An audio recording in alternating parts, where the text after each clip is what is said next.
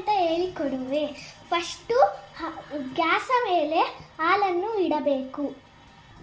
ಏಲಕ್ಕಿ, ಲವಂಗ, ಚಕ್ಕೆ, ಜೀರಿಗೆ ಎಲ್ಲ ಕುಟ್ಟಿಕೊಳ್ಳಬೇಕು.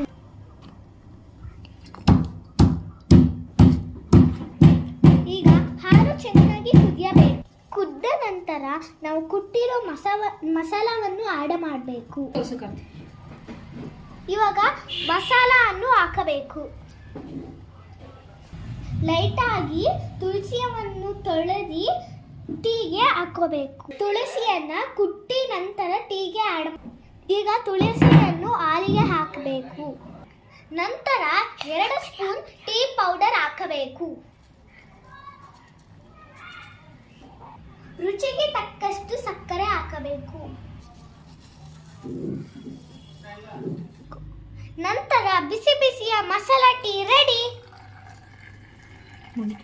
ಅಯ್ಯಯ್ಯೋ.